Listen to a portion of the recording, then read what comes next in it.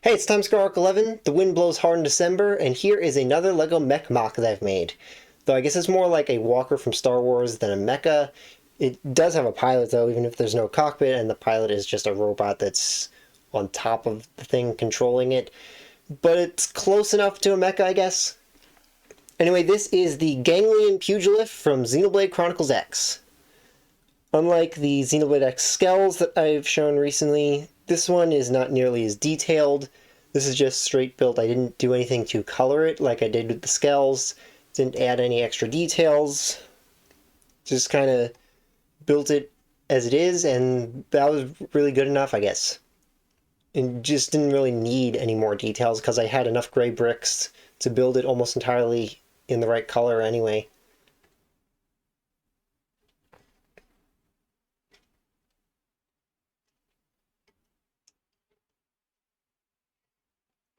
The one part I could have put more detail on was the Puge piloting it.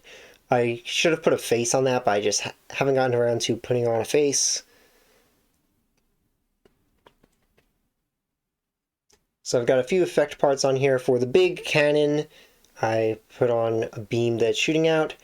And then for the Puge pilot, I just got the little beam blades that it uses for that one attack where it bends down and swipes at you.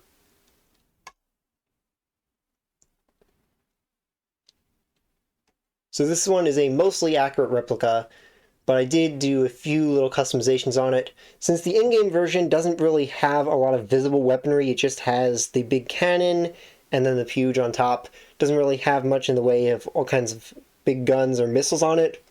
So I just added on a bunch of missiles in various places to make it look like it's more heavily armed. Since the in-game version just shoots tons and tons and tons of beams at you without... I don't think it uses many physical attacks or thermal attacks for like missiles or anything. Pretty sure it's mostly beam attacks and electric attacks.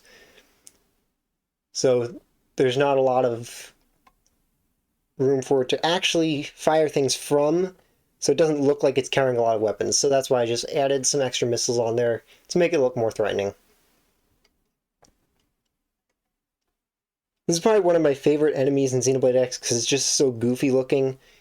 It's got that chicken walker look like the AT-ST from Star Wars, which is absolutely intentional. There's no way there's something that looks like something from Star Wars in a Xenoblade game that is not an intentional Star Wars reference.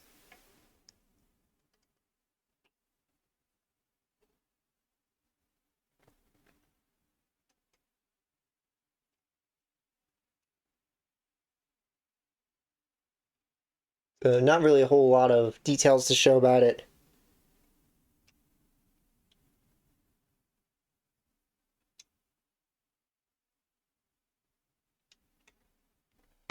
And I should have done this for the skells, but here is it compared to the size of a minifigure.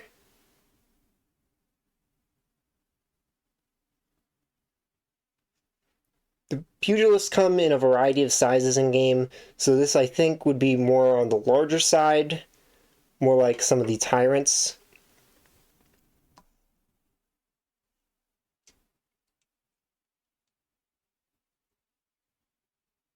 And here it is compared to the formula scale that I showed recently.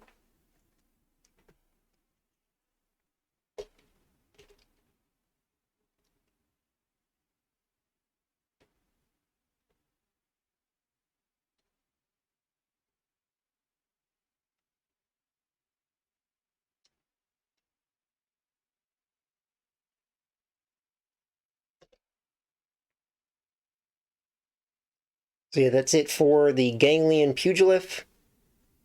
If you want to see the formula scale or the Amdusias scale that I showed the last couple weeks, you can find those in the playlist that should be linked around here on screen. And over the next week, you have another one in a couple days, and then a third one on the 26th. I'll have some more Ganglion mechs. I've got a Kumova and a Galder. I don't know if that's how you're supposed to pronounce them. I don't even know if Pugilith is the correct pronunciation for this thing. Xenoblade X really needs some kind of pronunciation guide. There's a lot of confusing names on enemies. But anyway, there will be a couple more Ganglion mechs after this, so Stay tuned for that. If you watch the end, comment Blossom Dance down below, and see you next time.